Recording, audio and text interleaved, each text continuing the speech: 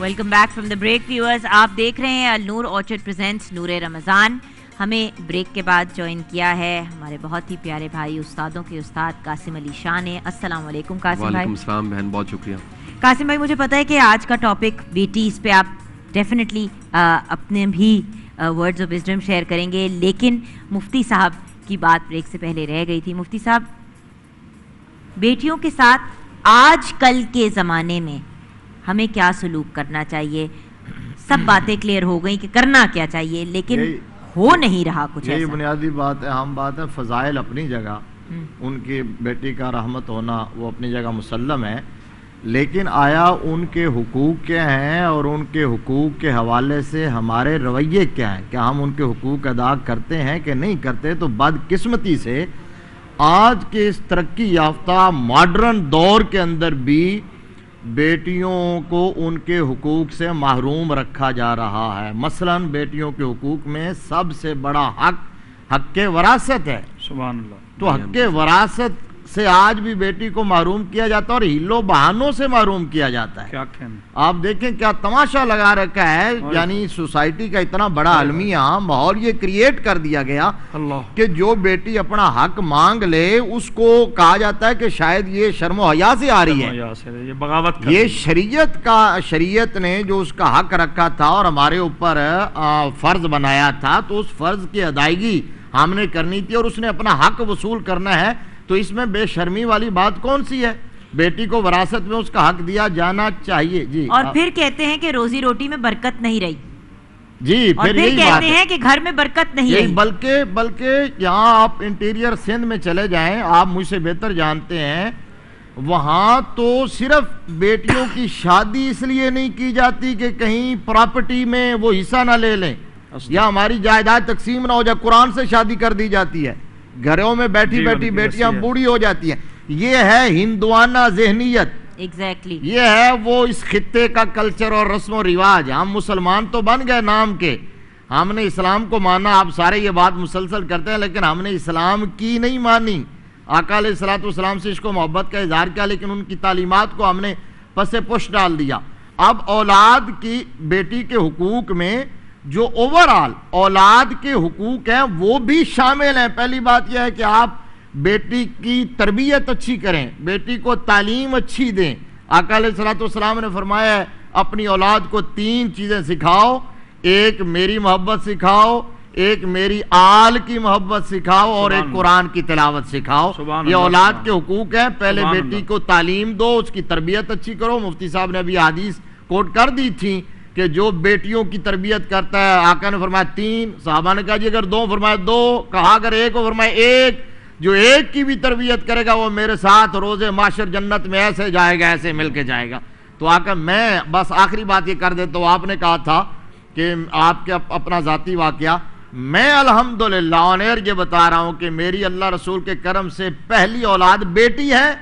اور میں نے میرے تمام گھر والے, میرے اعزاء و اقربا, میرے دوست اس بات پر گواہ ہیں. اس کے بعد میرے 3 بیٹے ہیں. اللہ کے فضل سے میں نے بیٹوں کی پیدائش پر اتنی خوشی نہیں کی تھی جتنی بیٹی کی پیدائش پہ خوشی کی ہے. جب رحمت آتی ہے تو نعمت آتی ہے. جی, جب بیٹی ہوئی تھی وہاں میرے سسرال میں تھی, جتنی مٹھائیاں میں اس وقت لے کے گیا تھا بیٹوں کی مرتبہ نہیں لے کے گیا. تو رب نے آپ کو اتنے بھاگ لگائے اور سب اسی کی برکات سے, سب اسی. اور آخری جملہ یہ بھی سن لیں, یہ شاہ جی چونکہ ظاہر بات ہے موٹیویشنل سپیکر بھی ہیں اور ان کا ایک ایک جملہ بڑا قیمتی ہوتا ہے, ہزاروں تقریروں پہ بھاری ہوتا ہے. یقیناً یہ کہیں انہوں نے کوٹ کیا ہوگا کہ ماں کی نعمت سے اگر کوئی محروم ہو جائے اور ماں کی اس مامتا کا روپ کبھی دوبارہ نظر آتا ہے تو وہ بیٹی میں نظر آتا ہے. وہ محبت بیٹی میں نظر آتی ہے. وہ جس طرح ماں خالص محبت اپنی اولاد سے کرتی ہے, بیٹی اپنے باپ سے اسی طرح کی خالص محبت کرتی ہے اور پیار کرتی ہے. لقب ہے ام ابیہا. ہاں, بہت خوبصورت ایڈیشن آپ نے کیا. یعنی سیدہ کائنات سلام اللہ علیہا, ان کو آقا علیہ الصلوۃ والسلام نے یہ کہا کہ فاطمہ تو میری ماں کی طرح ہے, لہذا ان کا لقب پڑ گیا ام ابیہا, اپنے باپ کی ماں.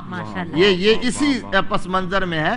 تو خدا کے لیے اپنے رویوں پر نظر ثانی کیجئے. اپنے مسلمان ہونے کے ناطے ہم صرف فضائل سنتے رہیں اور سناتے رہیں، لیکن ہم نے جواب دہ ہونا ہے اپنے رب کی بارگاہ میں، اور وہاں پوچھا جائے گا کہ بیٹیوں کا جہیز جو ہے، جہیز کی لعنت کو ہم نے اپنا لیا اور اس کو اس قدر اپنایا کہ بیٹیاں باپ کی دہلیز پہ بیٹھی بیٹھی بوڑھی ہو جاتی ہیں، وہ جتنی ڈیمانڈ کی جاتی ہے لڑکے والوں کی طرف سے، تو اس ہمارے نوجوانوں کو بھی چاہیے کہ آپ تو پڑھ لکھ گئے ہیں پھر اس لعنت سے چھٹکارا حاصل نہیں کر رہے۔ مفتی صاحب میں ایک سوال یہاں پوچھنا چاہوں گا، اب اچھا میرے سوال آ رہا تھا تو میں سوال پیش کر دیتا ہوں، اتنے علم والے بیٹھے ہوں کہ جہاں ہم کہتے ہیں نماز چھوٹی تو اس کی جو کہہ لیجئے پکڑ یہ ہے، روزہ چھوٹا اس کی پکڑ یہ ہے، حج کر سکتے نہیں کر رہے پکڑ یہ ہے، وہاں اگر بیٹی کو وراثت میں حصہ نہ دیا تو پھر کیا سزا ہے؟ اللہ کیا بات ہے، یہ تو بغاوت ہے،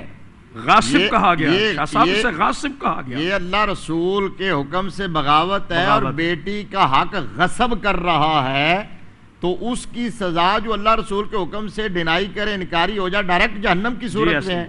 ایسے ہی تو اس لیے اب میں جہیز جو ہے سیدہ کائنات سلام اللہ علیہا کے اس تھوڑے سے سامان کو جسٹیفیکیشن کے لیے استعمال کیا جاتا ہے، حالانکہ وہ ہرگز اس طرح کا جہیز نہیں تھا، اس کا تو پس منظر ہی اور ہے کہ حضرت مولا کائنات کرم اللہ وجہہ الکریم کی شادی کا تمام تر اہتمام انصرام خود میرے نبی فرما رہے ہیں۔ سبحان اللہ، جب رشتہ طے فرما دیا تھا تو پھر اس وقت پوچھا تھا کہ علی آپ کے پاس کیا، جاؤ جا کے تیاری کرو، انہوں نے کہا جی میرے پاس زیرہ کے سوا اور کچھ ہے ہی نہیں، تو اس وقت فرمایا پھر زیرہ بیچ آؤ، پھر وہ حضرت عثمان غنی رضی اللہ تعالیٰ نے خریدی، پھر واپس کر دی، تو اسی مولا علی کی اسی زیرہ کے پیسے سے وہ سامان تھوڑا سا وہ لے کے دیا گیا اور مولا علی کا گھر بنایا اور سجایا گیا، تو اس کو آپ آڑ بنا لیں کہ جی آقا علیہ السلام یہ ظاہری طور پر کہا گیا، حالانکہ ان کے تو عرش و فرش میں ہر جو حلال چیز ہے وہ جناب سیدہ کا مہر ہے، یہ تو وارث ہے کائنات کے، انہیں تو یہ صرف اسی لیے کیا گیا کہ کل امت شرمندہ نہ ہو،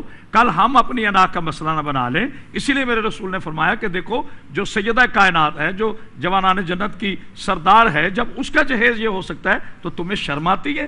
ہمیں ہماری نظر پیٹی پہ ہوتی ہے، بیٹی پہ نہیں ہوتی۔ کیا بات کہی، سامان کی پیٹی پہ نظر ہے، بیٹی پہ نظر، جس نے اپنا جگر دے دیا۔ اور کیا بڑی اہم ایڈیشن میں یہاں کروں، مفتی صاحب اس وقت عدالتوں میں کیسز ڈھیر لگا پڑا ہے جی، والدین اللہ کو پیارے ہو جاتے ہیں، بھائی بہنوں کا حق کھا جاتے ہیں اور وہ بوڑھی ہو جاتی ہیں، ان کے بچے ہوتے ہیں، وہ بلکتے ہیں کہ ہمارا حق ہے، یہ کیوں نہ اس کو تھوڑا انکریج کیا جائے؟ آپ نہیں سمجھتے کہ جتنی ممبر سے بات یہ ہونی چاہیے، ہم ہر طرح کی نصیحت کر دیتے ہیں، سب سے کم نصیحت جو میں نے اپنے کانوں سے ممبر سے سنی، کم نصیحت، میں نہیں کہتا نا، وہ نصیحت یہ ہے کہ بیٹی کو حصہ دینا ہے یا بہن کو بھائیوں نے حصہ دینا۔ جی جی بالکل صحیح بات ہے، اور اگر کچھ دے بھی دیا تو اس آکڑ اور ایٹیٹیوڈ کے ساتھ دیا کہ جیسے اس کے سر پہ احسان کر رہے ہیں۔ میں نے جس طرح شاہ صاحب نے کہا، آپ سب نے کہا، ہم بھی اسی معاشرے میں رہتے ہیں، میں نے جو دیکھا ہے اگر بہن کو حصہ دیا یا اس نے مانگ لیا تو اس پر اس کو دھتکارا جاتا ہے نا، وہ برا بھلا کہا جاتا ہے لوگوں کی طرف سے، اور آپ نے کہا کہ ختم کر دی جاتی ہیں، رشتہ داریاں ختم کر دی جاتی ہیں، ملنا جلنا چھوڑ دیا جاتا ہے۔ جی جی جی اور یہ جو جائیداد کے حوالے سے نبی پاک صلی اللہ تعالیٰ علیہ وسلم نے ارشاد فرمایا، جو شخص کسی کی ایک بالشت زمین غصب کر لے گا، قیامت کے روز اللہ تعالیٰ 7 زمینوں کا توق بنا کے اس کے گلے میں ڈال دے گا۔ اللہ اکبر، سبحان اللہ، بے شک بے شک، کسی کی بھی غصب کرے تو جو بیٹی کا حصہ نہ دے یا بہن کا حصہ نہ دے، کیا اس کی کیا سزا؟ یہ تو ایک ایسی گفتگو ہے جو نیور اینڈنگ ہے، اس لیے کیونکہ ویورز ہم بات چیت کی حد تک تو یہ سب کرتے ہیں لیکن اس کو امپلیمنٹ نہیں کرتے۔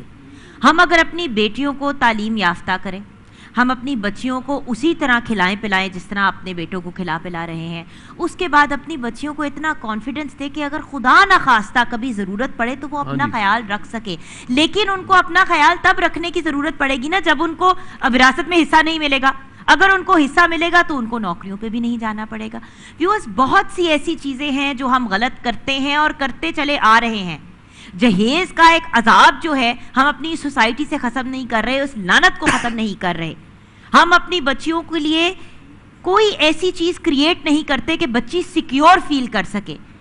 کبھی وہ باپ کے گھر میں ہے، پھر وہ اپنے شوہر کے گھر میں ہے، کبھی وہ اپنے بیٹے کے گھر میں ہے۔ بیٹی کا اپنا گھر کون سا ہے؟